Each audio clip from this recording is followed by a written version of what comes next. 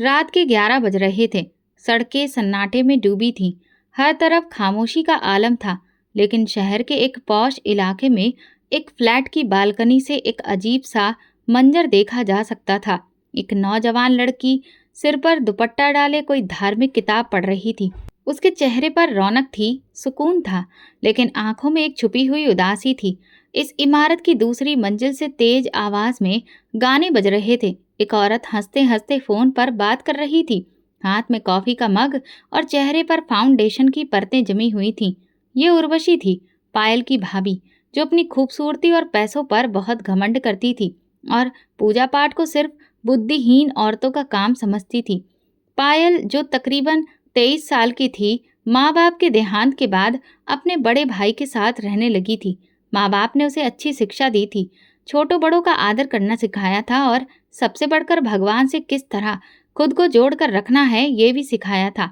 पायल अपने भगवान से बहुत प्रेम करती थी। ना उसे दुनिया के किसी फैशन में दिलचस्पी थी, ना किसी चीज की तारीफ की ख्वाहिश। उसकी दुनिया दो ही चीजों पर टिकी थी, भगवान की पूजा पाठ और गीता, रामायण व वेदों का अध्ययन। लेकिन घर में उसकी दुनिया को समझने वाला कोई नहीं था। यार, कब तक ये इस तरह आंटी बनकर चुपचाप बैठी रहेगी? ना किसी से बात करती है, ना किसी प्रोग्राम में चलती है। उर्वशी ने फोन पर अपनी सहेली से शिकायत की। यही तो मुसीबत है। आदित्य रोज उसकी तारीफ करता है, कहता है मेरी बहन कितनी अच्छी है, सारी धार्मिक किताबें पढ़ती है और तुम सिर्फ गाने सुनती हो, छोटे छोटे कपड़े पहनती हो। उर्वशी की आवाज में जलन थी, जो जहर बनकर उसके लहजे से टपक रही थी। दूसरी तरफ आदित्य, पायल का भाई, दिन भर के काम से वापस घर आकर सुकून तलाश करता था। लेकिन जब भी घर आता, अपनी पत्नी से पायल की तारीफ किए बिना नहीं रह पाता। उर्वशी, कभी पायल से कुछ सीखो। देखो, उसके चेहरे पर कितनी रौनक है, नियम से पूजा पाठ करती है और कभी कभी अपनी जुबान से कोई भी खराब शब्द भी नहीं निकालती। ये शब्द उर्वशी के दिल में तीर बनकर लगते। एक दिन पायल रसोई में अपने व्रत के लिए खाना तैयार कर रही थी। नवदुर्गा का समय चल रहा था।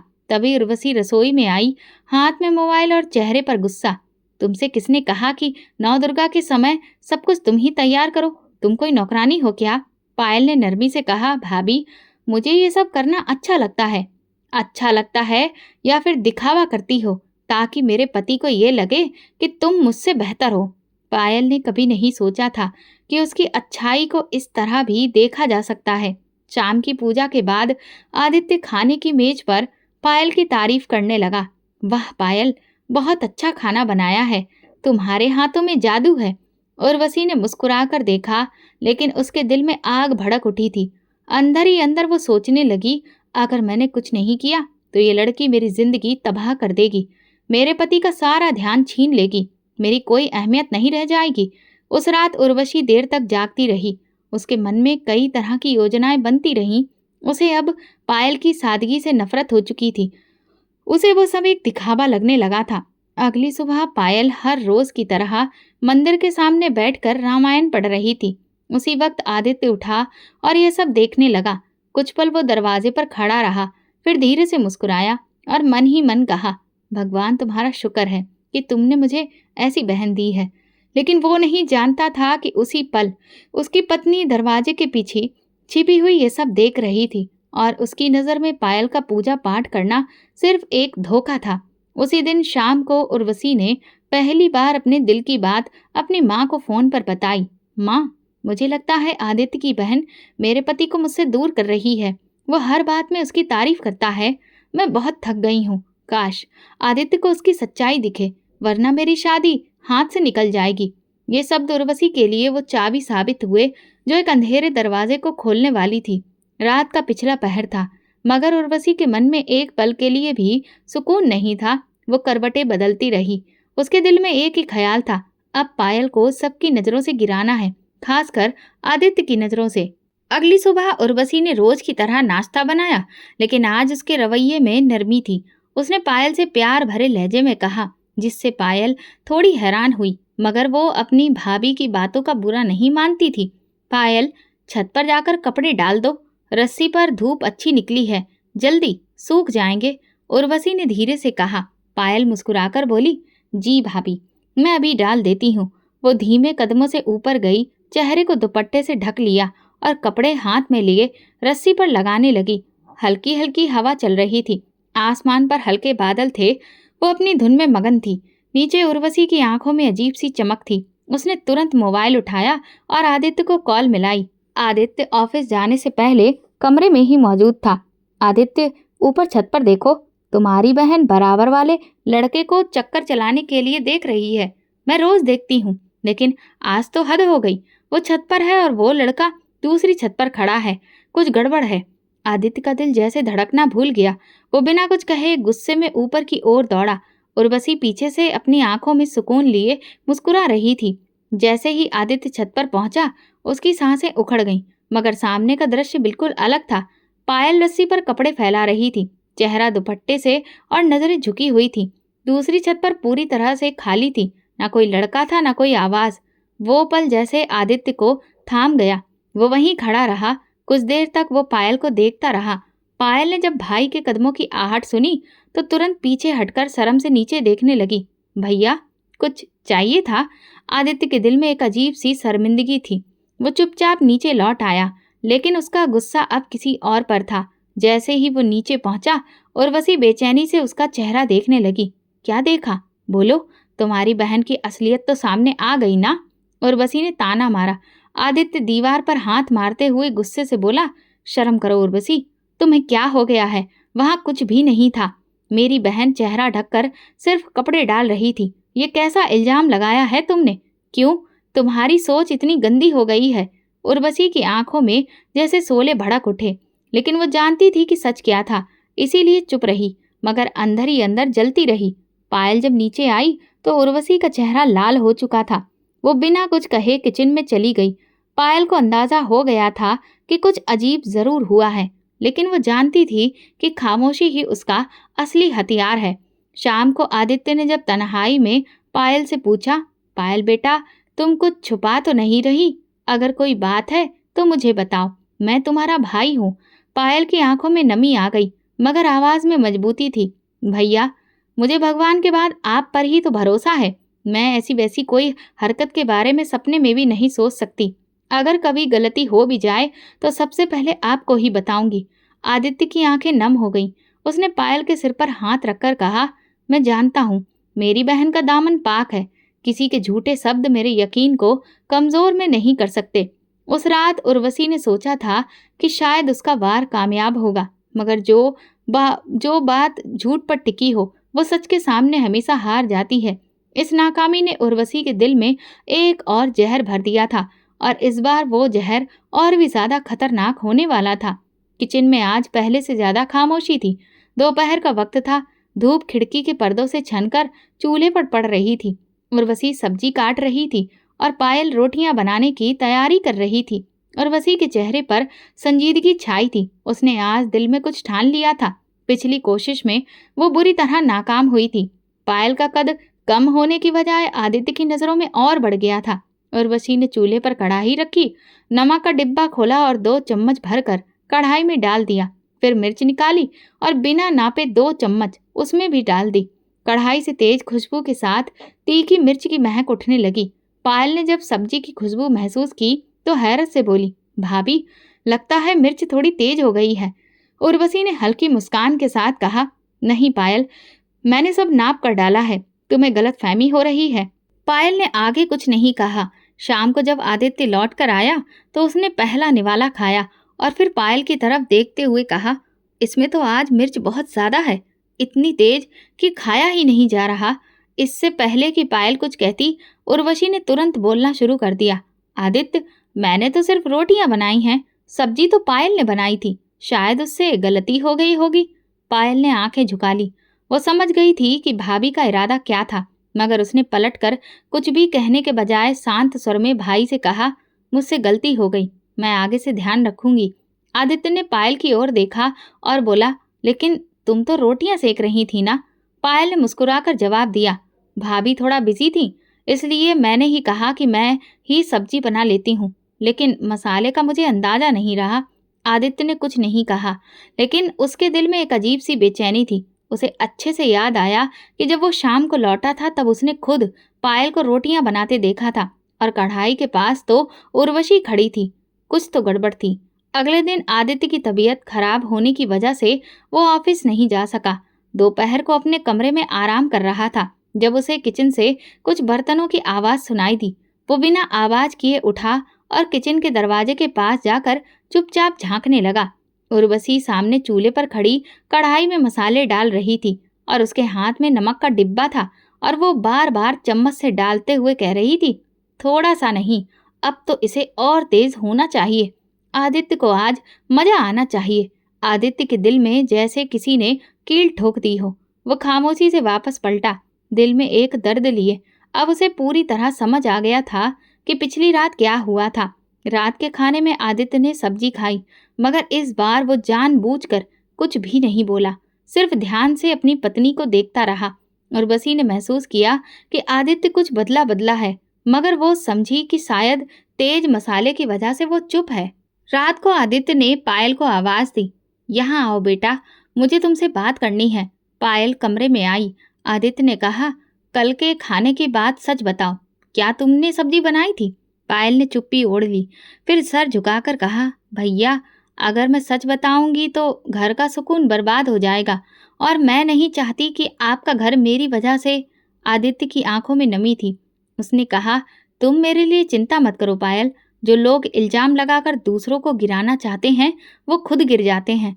मैं तुम्हारी खामोशी को समझता हूँ, तुम मुझ पर भरोसा रखो। पायल के चेहरे पर सुकून आया। वो खामोशी से पलटी और कमरे से निकल गई, लेकिन उसके दिल में एक छोटा सा गर्व अभी भी बाकी था कि कब तक वो सच को छुपाती रहेगी, कब तक अपने सब्र को ढाल बनाकर सारे इल्जामों का सामना करेगी। आदित्य ने अपने दिल में तय कर लिया था कि अब अगर कुछ हुआ तो अपनी बहन के अधिकार के लिए चुप नहीं रहेगा। रात के 10 बजे पूरे घर में सन्नाटा छाया था। आदित्य अपने कमरे में बैठा कुछ गाने सुन रहा था, जबकि पायल किचन में अगले दिन के लिए सब्जी काट रही थी। चूल्हा बंद हो चुका था, लेकिन किचन की रोशनी अभी भी जल रही थी। हर चीज खामोश थी। इसी वक्त उर्वशी ने अपनी माँ को कॉल मिलाई। मैंने फोन उठाया तो उर्वशी ने बिना हाल चाल लिए जलती आवाज में कहा, माँ, मैं थक गई हूँ। वो लड़की मेरे पति के दिल पर कब्जा कर चुकी है। मैं जो भी करती हूँ कुछ फर्क ही नहीं पड़ता। हर बार मेरा वार उल्टा ही मेरे खिलाफ चला जाता है। आदित्य अब हर बात पर मुझे टोकता है और पायल की तारीफ करता है। माँ की आवाज ठंडी और गुस्से से भरी थी, जैसे बरसों की नफरत का तजुर्बा उनके लहजे में उतर आया हो। तुम बहुत भोली हो और बहुत ही ज्यादा सीधी भी हो, इसीलिए तुम्हारे वार कामयाब नहीं हो रहे। अगर दुश्मन चालाक हो तो वार भी ऐसा होना चाहिए जिसे समझना भी मुश्किल हो। तुम ऐसा कदम उठाओ कि पायल के चरित्र पर ऐसा दाग लगे जो कभी धुल न सके। लेकिन माँ, कैसे? उर्वशी की आवाज में जलन छुपी ना रह सकी। ऐसा मौका बनाओ कि वो किसी लड़के के साथ अकेले कमरे में बंद हो। फिर आदित्य को आवाज देकर कहो, देखो तुम्हारी बहन क्या कर रही है। अगर एक बार तुम्हारा पति अपनी बहन को ऐसी हालत में देख ले तो वो कभी उस पर यकीन नहीं करेगा, चाहे वो कितनी ही अच्छी क्यों ना हो। ये बात सुनते ही उर्वशी के होठों पर एक खामोश मुस्कुराहट आ गई। वो एक लम्हे में समझ गई कि ये वही तीर है जो निशाने पर लगेगा। अगली सुबह घर में सब कुछ अपने रोजमर्रा के हिसाब से चल रहा था। पहले नाश्ता तैयार किया गया। आदित्य ऑफिस के लिए निकल गया। उर्वशी ने आज खास तौर पर अपने कजिन रोहित को फोन किया। वो लंबे कद का खुशमिजाज नौजवान था जिसे उर्वशी की फैमिली में सब जानते थे। रोहित, आज दोपहर को घर आ जाना, एक छोटा सा काम है। पायल भी घर पर ही होगी। तुम बस इतना करना कि मेरे कहने पर कुछ देर मेरे कमरे में रुकना, बाकी सब मैं संभाल लूंगी। रोहित को किसी बात की परवाह नहीं थी। वो उर्वशी की बात पर तैयार हो गया। दोपहर का वक्त, सूरज सिर पर था। आदित्य ऑफिस में बिजी था, पायल किचन में। दरवाजे पर रोहित ने दस्तक दी। उर्वशी ने दरवाजा खोला, खामोशी से अंदर आने को कहा, फिर उसे अपने कमरे में ले गई। फिर वो पायल के पास आई और बड़ी ही नरमी से बोली, पायल, जरा मेरे कमरे में चाय ले आना। रोहित आया है, मैं जरा कपड़े तय कर लूं, तुम चाय लेकर आ जाना। पायल ने सिर हिलाया और किचन में चाय बनाने लगी। उसे अंदाजा नहीं था कि आज उसकी जिंदगी का एक नया अध्याय शुरू होने वाला है। चाय तैयार हुई। पायल ने ट्रे में कप रखे और बिस्किट रखे। दुपट्टा अच्छी तरह से ओढ़ा। फिर वो उर्वशी के कमरे की तरफ बढ़ी। जैसे ही दरवाजा खोला, वो हैरान रह गई। कमरे में उर्वशी मौजूद नहीं थी, सिर्फ रोहित बैठा था, जैसे किसी बात का इंतजार कर रहा हो। पायल ने नजरें झुकाई और बस इतना कहा, चाय रख दी है। भाभी कहाँ है? अभी वो ट्रे रखी रही थी कि अचानक दरवाजा बाहर से बंद हो गया। वो चौंकी। उसने दरवाजे को झटका दिया, मगर वो बंद हो चुका था। वो समझ गई कि कुछ गड़बड़ हो गई है। इसी वक्त उर्वशी ने आदित्य को फोन किया। आदित्य, भगवान के लिए जल्दी घर आओ, तुम्हारी बहन का असली चेहरा तुम्हें दिखाना है। वो रोहित के साथ मेरे कमरे में बंद है। आदित्य के हाथ से फोन छूट गया। उसकी सांसें रुक गईं, जैसे शरीर का खून एक पल को जम गया हो। वो दौड़ता हुआ ऑफिस से निकला। घर पहुंचते ही सीधा उर्वशी के कमरे की तरफ गया। दरवाजा खोला तो सामने का मंजर दिल दहला देने वाला था। पायल दुपट्टे में लिपटी रोती हुई एक कोने में बैठी थी और रोहित हैरान डरा हुआ खड़ा था। पायल ने आदित्य को देखते ही उसके कदमों में गिरकर रोते हुए कहा, भैया मेरी बात तो सुनो, ये सब झूठ है। मैं तो सिर्फ चाय रखने आई थी। दरवाजा बाहर से बंद कर दिया गया। आदित्य की आंखों में गुस्से के साथ साथ बेयकीनी भी थी। उसकी नजर रोहित पर पड़ी, जो बौखलाहट में सिर्फ इतना बोला, मैं तो इसके ही बुलाने पर आया था। आदित्य ने एक पल के लिए पायल को देखा, फिर अपनी पत्नी की तरफ पलटा। उर्वशी दरवाजे के पीछे खड़ी तमाशा देख रही थी, मगर उसकी आंखों में वो यकीन नहीं था जिसकी वो चाहत रखती थी। पायल की हालत, उसकी आंखों के आंसू, उसकी कांपती आवाज, सब कुछ सच बयां कर रहे थे। मगर आदित्य का दिल टूट चुका था। वो खामोशी से पलटा, कमरे से निकल गया। पायल जमीन पर बैठी अपनी बेगुनाही के आंसू बहाती रही और उर्वशी सुकून में हो गई, मगर अंदर से खाली। अब वो किसी और तैयारी में व्यस्त हो गई। पायल के दिल में पहली बार ये एहसास हुआ कि शायद अब इस घर में रहना उसके लिए मुमकिन नहीं रहा। उसकी नम्रता, उसकी सच्चाई, उसका पर्दा, सब कुछ उसे मुश्किल में डाल चुका था, सिर्फ किसी की जलन की आग में। आदित्य के दिलो दिमाग में जंग छिड़ चुकी थी। एक तरफ पायल की मासूम आंखें थीं, जिनमें बहते आंसू उसकी बेगुनाही की गवाही दे रहे थे, और दूसरी तरफ उर्वशी की चालाकी, जिसमें गुस्से और यकीन का अजीब सा मेल था। सच और झूठ में फर्क करना मुश्किल हो रहा था। आंगन में खामोशी छा चुकी थी। पायल जमीन पर बैठी रो रही थी। आदित्य खड़ा उसे देख रहा था, जैसे किसी फैसले के दौराहे पर हो। उर्वशी दीवार के साथ टेक लगाए खड़ी थी, चेहरे पर तकलीफ का नाटक था। अचानक उर्वशी ने भारी आवाज में कहा, आदित्य, मैंने कभी पायल के खिलाफ कुछ नहीं कहा, हमेशा उसे बहन समझा, लेकिन आज जो हुआ वो मेरे लिए बर्दाश्त करना मुश्किल है। अगर अब भी चुप रही तो कल को तुम मुझ पर भी शक करोगे। आदित्य ने नजरें चुराकर पायल की तरफ देखा। क्या तुम वाकई इतनी गिर सकती हो पायल? क्या ये सब तुम्हारे वजूद का हिस्सा है? पायल की आंखों से आंसू का एक और कतरा निकला। भैया, भगवान के लिए मैंने कुछ नहीं किया। आपने खुद देखा था, मैं सिर्फ चाय लेकर गई थी। दरवाजा बाहर से बंद था। उसी वक्त उर्वशी का कजिन रोहित भी मैदान में कूद पड़ा। आदित्य भाई, मैं झूठ क्यों बोलूं? मुझे खुद पायल ने बुलाया था। उसने कहा था कि उर्वशी घर पर नहीं है, आकर मिल लो। मैं हैरान था, लेकिन सोचा शायद कोई जरूरी बात होगी। तो मुझे क्या पता था कि यहाँ पर ये सब तमाशा हो जाएगा। जिस जमीन पर उसके कदमों से निकल गई हो। तुम झूठ बोल रहे हो रोहित, तुम्हें तो भाभी ने बुलाया था। मैंने तो कभी तुमसे बात तक नहीं की। लेकिन आदित्य के चेहरे पर उलझन, गुस्सा, शर्मिंदगी की मिलीजुली रेखाएं दिख रही थीं। बस, पायल ने जोर से कहा, मेरा सब कुछ खत्म हो चुका है। अगर तुम सच में सच्ची हो तो फिर तुम्हें किसी सफाई की जरूरत नहीं होनी चाहिए थी। मुझे तुम्हारी खामोशी पर हमेशा यकीन रहा, लेकिन अब हर चीज धुंधली हो गई है। पायल उठ खड़ी हुई, हाथ जोड़कर प्रार्थना की, भाई, आप मुझ पर हाथ उठा लीजिए, मुझे कुछ भी कह लीजिए, लेकिन भगवान के लिए मुझे अपनी नज़रों से ना गिराइए। मैं आपकी बहन हूँ, आपका खून हूँ। मैं आपके बारे में ये सब नहीं सोच सकती। आदित्य ने एक सर्द सांस ली और फिर दिल पर पत्थर रखकर वो बात कही जो पायल के दिल में खंजर बनकर घुस गई। इस घर से चली जाओ पायल, अभी इसी वक्त। उसकी सांसें जैसे रुक गईं। वो सुन नहीं पा रही थी, यकीन नहीं कर पा रही थी। भैया, बस इतना कह सकी। हाँ, चली जाओ। अगर तुम सच्ची हो, भगवान तुम्हारे साथ होगा, लेकिन मैं अब और ज्यादा मुश्किलें बर्दाश्त नहीं कर सकता। उर्वशी ने जैसे दिल ही दिल में अपनी जीत का जश्न मनाया। उसकी आंखों में चमकते हुए और चेहरे पर सब्र दिख रहा था। पायल धीरे धीरे आंगन की तरफ बढ़ी। कदम जैसे जमीन से जुड़े थे। वो हर कोने को देख रही थी। वो दीवारें जिनके पास उसने माँ बाप के बाद अपने भाई को सर्वोच्च दर्जा दिया था। वो कमरा जहाँ उसने गीता, रामायण, न जाने कितनी धार्मिक किताबें पढ़ी थी, जो अभी तय करके कोने में रखी थी। वो दरवाजे तक पहुंची, अपना दुपट्टा ठीक किया, एक आखिरी नजर आदित्य पर डाली, जो दरवाजे के पीछे खड़ा पत्थर बना था। भगवान गवाह है, मैं बेगुनाह हूँ। अगर मैं झूठ बोल रही हूँ तो मेरी जिंदगी बर्बाद हो जाएगी, लेकिन अगर मैं सच्ची हूँ तो मेरा भगवान मुझे वो इज्जत देगा जो इस घर में छीन ली गई। उसके शब्द हवा में गूंजते रहे, लेकिन आदित्य ने दरवाजा खोल दिया और एक लम्हे में बंद कर दिया। पायल बाहर खड़ी थी, सर पर धूप, दिल पर भारी दुख और आंखों में वो उम्मीद जो सिर्फ एक भगवान से की जा सकती थी। उसने आसमान की तरफ देखा और वो प्रार्थना करती रही, अब तुम ही मेरे सहारा हो भगवान। जब सब छोड़ देते हैं तो तुम ही हाथ थाम लेते हो। मुझे थाम लो, मैं बहुत अकेली हूँ। और दरवाजे के अंदर ऐसा लग रहा था कि जैसे कोई ठहाके लगा रहा था। दरवाजे के बंद होते ही पायल की आत्मा पर जैसे कोई पत्थर गिर पड़ा। वो ताकत इकट्ठा करके खड़ी रही, लेकिन उसे लग रहा था कि जैसे उसके शरीर में जान नहीं रही हो।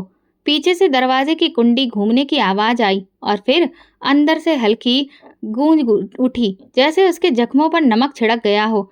कुछ लम्हे बाद दरवाजा एक बार फिर खुला। उर्वशी गुस्से से बाहर निकली और पायल के बालों को जोर से पकड़कर सीढ़ियों की ओर घसीटा। अभी तक दरवाजे पर कड़ी है, कहा ना कि निकल जा। और हाँ, एक बात याद रख, अब तू खुद को बहुत अच्छा बताती है ना, तो जा अपने भगवान से मदद मांग, वही देगा तुझे छत, रोटी और इज्जत। पायल ने उर्वशी की आंखों में झांका, मगर उसमें इंसानियत की झलक नहीं थी, सिर्फ जहर भरा था। उर्वशी को धक्का देकर दरवाजे से नीचे धकेल दिया। पायल का दुपट्टा जमीन पर गिरा, मगर उसने उसे फौरन उठाकर अच्छे से लपेट लिया, जैसे इज्जत का आखिरी हिस्सा बचा रही हो। सीढ़ियां उतरते हुए उसकी आंखों में धुंध छा गई। दरवाजे से कुछ दूरी पर एक फुटपाथ के किनारे बैठकर आसपास गाड़ियां, बच्चे, ढेर सारी आवाजें थीं, लेकिन पायल को सिर्फ अपने अंदर की खामोशी सुनाई दे रही थी। उसने कोई भीख नहीं मांगी, ना किसी को रोका, ना किसी से मदद मांगी। वो बस एक कोने में चुपचाप बैठ गई, सिर झुकाया और अपने भगवान का नाम लेना शुरू कर दिया। हे भगवान, तुम जानते हो, मेरा दिल, मेरा चरित्र, मेरी नीयत सब तुम्हारे सामने है। मैं किसी का बुरा नहीं चाहती, किसी का हक नहीं मारा, फिर ये सजा क्यों? रात का अंधेरा छा रहा था, लेकिन पायल की आंखों में रोशनी थी। उसने धीरे से अपने थैले से वो धार्मिक किताबें निकाली जिसे वो हमेशा अपने पास रखती थी, और फुटपाथ पर एक तरफ बैठकर उसे पढ़ने लगी। उसकी आंखों से आंसू बहते रहे। पास से गुजरने वाले लोग रुक रुक कर उसे देखने लगे। कुछ लोग उसके लिए प्रार्थना कर रहे थे, तो कुछ सिर्फ तमाशा देख रहे थे। लेकिन एक बूढ़ी औरत पास आकर एक थैली में रोटी और सब्जी रखी और धीरे से बोली, बेटी, मुझे नहीं पता तुम पर क्या बीती है, लेकिन तुम जैसी बेटियों को भगवान कभी अकेला नहीं छोड़ता। ये लो, कुछ खा लो। पहले नजर उठी और नरम लहजे में कहा, मैं भीख मांगने वालों में से नहीं हूँ। बस जो कुछ आपने दिल से दिया है, भगवान उसी में मुझे शांति देगा। बूढ़ी औरत ने आंखों से उसे आशीर्वाद दिया और आगे बढ़ गई। इसके बाद कई लोग वहां रुकने लगे। कोई पानी की बोतल लाकर रख गया, कोई बिस्किट, कोई रुपया। पायल किसी को भी नहीं रोकती, किसी से बात नहीं करती, सब कुछ खुद ब खुद उसके पास आता रहा। वो रात फुटपाथ पर कुछ नहीं, लेकिन पायल को एक लम्हे के लिए भी सुकून महसूस नहीं हुआ। वो जानती थी कि उसके और उसके भगवान के बीच कोई नहीं है। सुबह होते ही उसने भगवान को पूजा और लोग उसे पहचानने लगे। वो लोग जो रोजाना उस रास्ते से गुजरते थे, उन्हें उसमें कुछ अलग नजर आने लगा। न कोई फरियाद, न शिकायत, न दुनिया का लालच, बस एक सुकून, एक सच्चाई जो चेहरे पर लिखी थी। एक नौजवान लड़की जो यूनिवर्सिटी जाती थी, रोज सुबह उसके पास से गुजरती थी, रुकती, मुस्कुराकर देखती और कुछ फल रख जाती। एक सब्जी बेचने वाला हर शाम उसे थैला दे जाता, जिसमें दिन भर की बची हुई मगर साफ सुथरी सब्जियां होती। धीरे धीरे पायल की खामोशी, उसकी पूजा पाठ, उसका मजबूत किरदार, इन सब ने लोगों के दिलों को जीतना शुरू कर दिया था। लेकिन अंदर कहीं वो दर्द, वो चोट, वो जख्म अभी भी ताजा थे। भाई का मुंह मोड़ना, भाभी की साजिशें और दरवाजे का बंद हो जाना, ये सब एक कहानी थी जो उसके दिल में भगवान से प्रार्थना करते वक्त बार बार वो दोहराती थी। लेकिन उसने हार नहीं मानी। वो दुनिया वालों से नहीं, सिर्फ अपने भगवान से जुड़ी थी। जिसका सहारा भगवान है, उसकी राह चाहे कितनी भी अंधेरी हो, उसे रोशनी मिल ही जाती है। सुबह की रोशनी फैल चुकी थी, आसमान साफ चढ़ रहा था। पायल आज भी पूजा पाठ में बिजी थी। रोजाना कोई न कोई खाने पीने की चीज रख जाता, लेकिन आज का दिन कुछ अलग था। दूर से पुलिस की गाड़ी की आवाज सुनाई दी। कुछ देर के बाद 2 पुलिस वाले जोर से आवाज लगाने लगे, सब लोग फुटपाथ खाली करें, यहाँ बैठना गैर कानूनी है। अगर 2 मिनट में सामान नहीं समेटा तो जब्त कर लिया जाएगा। लोग जो इधर उधर बैठे थे घबराकर उठने लगे। पायल ने अपने सामान को समेटा और धीरे धीरे उठ खड़ी हुई। एक पुलिस वाला उसके पास आकर बोला, अरे मैडम, यहाँ पर कोई दरबार नहीं लगा है, उठो यहाँ से। अच्छे से जवाब दिया पायल ने। जी, मैं जा रही हूँ, भगवान आपका भला करे। वो आगे बढ़ गई। पायल ने अपने कुछ बर्तन, चादर, थैले उठाए और बिना किसी मंजिल के वो चल पड़ी। धूप तेज हो चुकी थी। कमजोर शरीर में हालांकि जुबान पर जिक्र जारी था भगवान का। वो शहर के किनारे पर पहुंची, जहां एक छोटी सी नहर बहती थी। नहर के किनारे हरे भरे पेड़ थे। ठंडी फिजा का एहसास। पायल ने एक पेड़ के नीचे बड़े पत्थर पर बैठकर गहरी सांस ली। 2 दिन से कुछ खाया ही नहीं था। शरीर कांप रहा था, होंठ सफेद थे, लेकिन ईमान वैसा ही मजबूत था। उसने नहर के पानी से अपना मुंह धोया, जैसे कि खुद को सुकून दे रही हो। फिर उसने चादर बिछाई, दुपट्टा ठीक किया और फिर से वो माला जपने लगी। उसके आंसू मिट्टी में जमा हो रहे थे, लेकिन उसके दिल को यकीन था कि भगवान उसके साथ है। उसे काफी तेज भूख लग रही थी, लेकिन उसे अपने भगवान पर भरोसा था। अभी वो भगवान से प्रार्थना कर ही रही थी कि अचानक उसे अपने पांव पर किसी चीज के लगने का एहसास हुआ। उसने आंखें खोली तो सामने दुबला पतला कुत्ता खड़ा था, लेकिन उसके मुंह में एक पॉलीथीन थी। कुत्ता खामोशी से उसके पास आया और वो पॉलीथीन उसके सामने रखकर पलटा और वापस जंगल की तरफ चल दिया। पायल हैरान होकर कुछ पल उसे देखती रही। फिर उसने झांकते हुए पॉलीथीन खोली तो अंदर 2 रोटियां और सब्जी की खुशबू भरी हुई थी और एक बर्तन था। वो हैरान रह गई। उसकी आंखों से आंसू बहने लगे। भगवान, तुम तो सच में बहुत उदार हो। तुमने आज एक कुत्ते के जरिए भी मेरी प्रार्थना सुन ली। उसने वो खाना खाया, मगर हर निवाले से पहले भगवान को धन्यवाद करती रही। उसने पेड़ के पास ही एक कोने में मौजूद सूखे पड़े पत्तों को जमा किया और 2 चंद बांसों को उसने पास से उठाया और फिर उनको साथ में बांधकर एक झोपड़ी बना ली और उस पर चादर तान दी। अब उसका नया ठिकाना बन गया था नहर के किनारे। उसने खुद से सोचा, अगर भगवान की यही इच्छा है कि मैं यहीं पर रहूं, तो मैं कहीं नहीं जाऊंगी और ना किसी से सहारा मांगूंगी। शाम ढलने लगी। परिंदे अपने घोंसलों को लौट रहे थे। नहर की सतह पर सूरज की किरणें झिलमिल हो रही थीं और उन किरणों के दरमियान एक सादी सी लड़की झोपड़ी के साय में बैठी अभी भी गीता पढ़ रही थी कि उसी वक्त उसे पास में एक औरत की चीखें सुनाई दी। पायल ने नजर उठाई तो सामने एक औरत खड़ी थी। गोद में उसके तकरीबन 5 साल का बच्चा था, जो बुखार से तप रहा था। चेहरा लाल, सांस भारी और आंखें बंद। बेटा, भगवान के वास्ते मेरे बेटे को देख लो, 3 दिन से बुखार हो रहा है। उसे दवा भी दी, डॉक्टर को भी दिखाया, लेकिन कुछ नहीं हुआ। किसी ने कहा कि तुम बहुत पूजा पाठ करती हो और भगवान तुम्हारी सुनता है। तुम्हारे पास कुछ ऐसे मंत्र हैं जिन्हें पढ़कर तुम कुछ भी कर सकती हो। मेरी उम्मीद अब बस तुम ही हो। पायल ने चौंक कर औरत की तरफ देखा। उसे समझ नहीं आया कि वो ये सब क्यों कह रही है, लेकिन उसके दिल में एक हल्की सी लहर उठी, जैसे कि भगवान ने उसे एक नई जिम्मेदारी दे दी हो। देखो बहन, मैं कोई बाबा या ओझा नहीं हूँ और ना ही मैं इस तरह का कोई चमत्कार कर सकती हूँ। ये तो सिर्फ भगवान के ही हाथ में है। औरत ने आंखों से आंसू बहाए और कहा, मुझे कोई फर्क नहीं पड़ता, बस तुम एक बार देख लो, शायद मेरे बच्चे का दर्द कम हो जाए। पायल ने बच्चे को नरमी से देखा, उसके माथे पर हाथ रखकर आंखें बंद की। अब तक उसने जो भी मंत्र, वेद, पुराण, गीता पढ़ी थी, वही सब दोहराने लगी और धीरे धीरे बच्चे के माथे को चूम लिया और अपनी प्रार्थना में उसे भगवान के हवाले कर दिया। फिर आंखें खोल दी। माँ, मेरे बच्चे, तुझे होश आ गया? बच्चा अपनी माँ को देखकर मुस्कुराया और उनके गले लग गया। औरत की खुशी बेकाबू हो गई। वो रोते रोते पायल के कदमों में बैठ गई। तुम तो फरिश्ता हो बेटी, भगवान ने तुम्हें मेरे बेटे के लिए भेजा था। पायल ने उसे उठाया, नरमी से कहा, मैं कोई फरिश्ता नहीं हूँ, मैं तो बस एक आम इंसान हूँ। इस वाक्य के बाद नहर के किनारे हवा में एक नई सरगोशी शामिल हो गई। लोग कहने लगे, वो लड़की जो पेड़ के साथ में बैठी है, वो चमत्कारिक है। वो कुछ ऐसे मंत्र पढ़ती है कि सब ठीक हो जाता है। अगले दिन एक और औरत आई अपने पति के लिए प्रार्थना करवाने के लिए। फिर एक नौजवान अपनी माँ को लाया जो जोड़ों के दर्द से जूझ रही थी। पायल हर एक के लिए वही सब करती और धीरे धीरे वहां लोग जुड़ने लगे। पहले 5, फिर 10, फिर 20 लोग रोज आते। कुछ चुपचाप बैठ जाते, कुछ अपने दिल का दुख सुनाते, कुछ प्रार्थनाएं करते। पायल ने कभी पैसे नहीं मांगे, ना किसी से कोई चीज मांगी, लेकिन उसकी अच्छाई अब लोगों के दिलों में घर कर रही थी। एक दिन एक शख्स आया, हाथ में एक फलों की टोकरी थी। मेरे पैर सुन्न हो जाते हैं। तुमने जब से मेरे सर पर हाथ फेर दिया, मैं बिना छड़ी के चलने लगा हूँ। ये कुछ फल हैं मेरे पास, तुम पर भगवान की मेहरबानी है। ये तुम अपने हाथ से खाओ, तुम्हारी सारी प्रार्थनाएं वो मानता है। पायल ने टोकरी ली और उन्हें आशीर्वाद दिया। आधे फल आगे बढ़ा दिए। शाम होते होते नहर के किनारे छोटा सा मजमा लग जाता था। लोग खामोशी से आते, अपनी बारी का इंतजार करते और पायल हर एक के लिए इस अंदाज में प्रार्थना करती थी।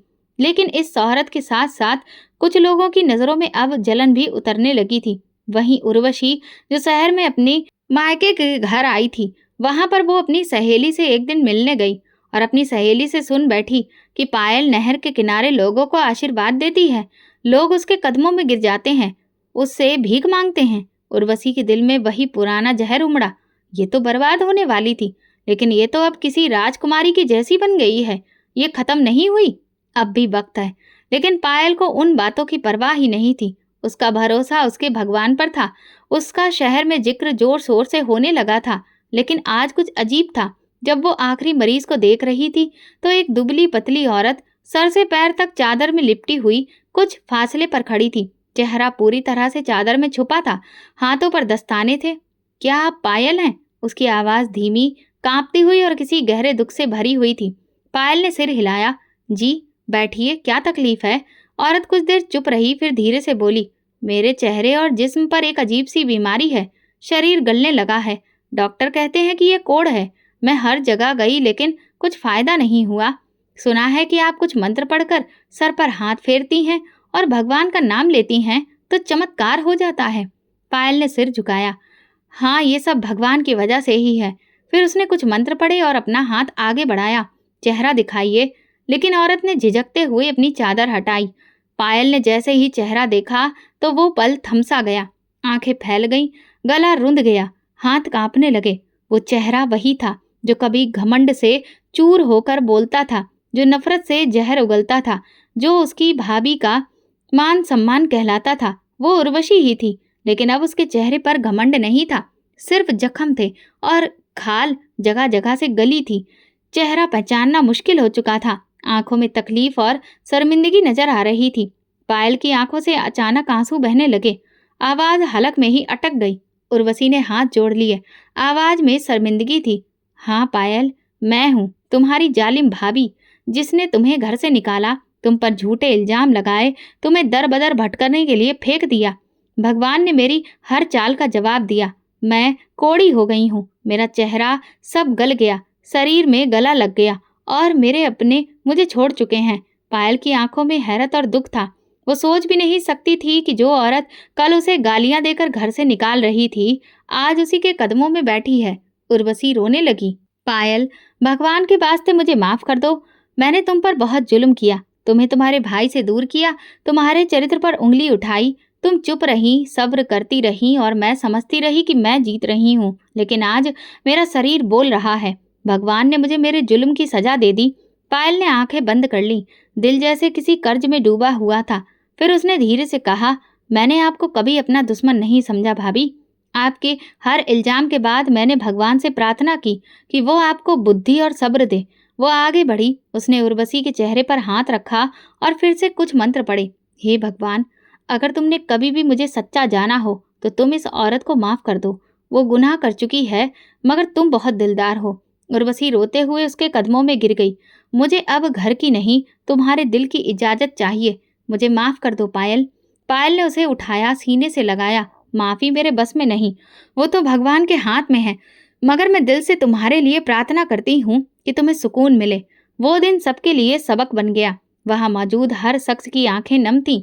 कोड़े की मार खाई हुई एक औरत जो कभी गुरूर में आसमान छूने वाली थी, आज जमीन पर सर झुकाकर पड़ी थी, भगवान से माफी मांग रही थी। पायल जो कि बेसहारा थी, आज उसका दामन इतना भरा था कि वो लोगों को माँ की दुआएं न जाने क्या क्या बांट रही थी। ऐसी मूरत बन चुकी थी जो सिर्फ उसे दिल से निकलती थी, जो सब्र की भट्टी में जलकर कुंदन बन गई हो। सूरत अपनी रोशनी बिखेर रही थी। पायल रोजाना के मुताबिक अपनी पूजा पाठ में लगी थी। झोपड़ी के पास में कुछ लोग खामोशी से बैठे थे और अपने इंतजार में थे। उर्वशी अभी तक वहीं बैठी थी, सर झुकाकर नम आंखों से पायल को देख रही थी। उसके दिल में पछतावे की आग बुझने का नाम नहीं ले रही थी। जिसे उसने बेकार समझा, आज वही उसके लिए मुक्ति का रास्ता बन चुकी थी। उर्वशी ने फिर से कहा, मैं तुम्हें बेइज्जत कर चुकी थी, लेकिन देखो आज मेरा क्या हाल हुआ। पायल ने कहा, इज्जत और बेइज्जती ये तो सिर्फ भगवान के हाथ में है। ये सुनते ही उर्वशी फूट फूट कर रोने लगी। उर्वशी बोली, पायल मैं तुमसे एक प्रार्थना करना चाहती हूँ। वापस चलो हमारे घर, वही घर जो तुम्हारा था, जिसे तुमने छोड़ा नहीं बल्कि तुमसे छीन लिया गया था। तुम्हारा भाई तुम्हें ढूंढता रहा, अब तुम्हारे बिना उसकी जिंदगी बेरंग हो चुकी है। मेरी माँ भी पछतावे में है और मैं तुम्हारे बिना एक पल भी जी नहीं पाती। पायल की आंखों में नमी उभरी, मगर उसने सिर हिलाकर नरमी से इनकार किया। भाभी, घर की दीवारें तो वापस जोड़ी जा सकती हैं, मगर जो भरोसा टूटा है, जो रिश्ता टूटा है, वो दिल में चुभता रहेगा। मेरे लिए वही जगह घर है जहाँ मेरा भगवान और मेरा सुकून है। मैंने वो मुकाम पा लिया है जहाँ दिल और जमीर दोनों निश्चिंत हैं। अब मैं उस घर की तरफ नहीं जा सकती जहाँ कभी मेरा भरोसा बिखेर दिया गया था। उर्वशी ने फिर से रिक्वेस्ट की, तो क्या तुम हमेशा यहीं रहोगी, ऐसी झोपड़ी में? पायल ने मुस्कुराकर कहा, अगर भगवान की मर्जी इसी में है तो हाँ, लेकिन मेरा भगवान जानता है कि वो कब और कहाँ मेरी तकदीर लिख चुका है। मुझे उस पर यकीन है, उसके फैसलों पर मैं तैयार हूँ। उसी वक्त एक बहुत बड़े मंदिर के पुरोहित इस सब के गवाह बन चुके थे। वो पास आए और उन्होंने उर्वशी से नरमी से कहा, बेटा, कभी कभी भगवान का फैसला इंसानों के फैसलों से बहुत बेहतर होता है। पायल अब सिर्फ तुम्हारी नंद नहीं, वो भगवान का एक करिश्मा बन चुकी है, उनकी इच्छा का एक जरिया बन चुकी है। हम सब इसकी प्रार्थनाओं के मोहताज हो चुके हैं और उसके लिए एक ऐसा रिश्ता आया है जो उसकी इज्जत को और बढ़ा देगा। उर्वशी हैरान होकर बोली, रिश्ता?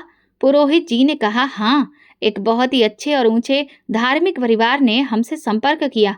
वो पायल की शख्सियत से बहुत प्रभावित हैं।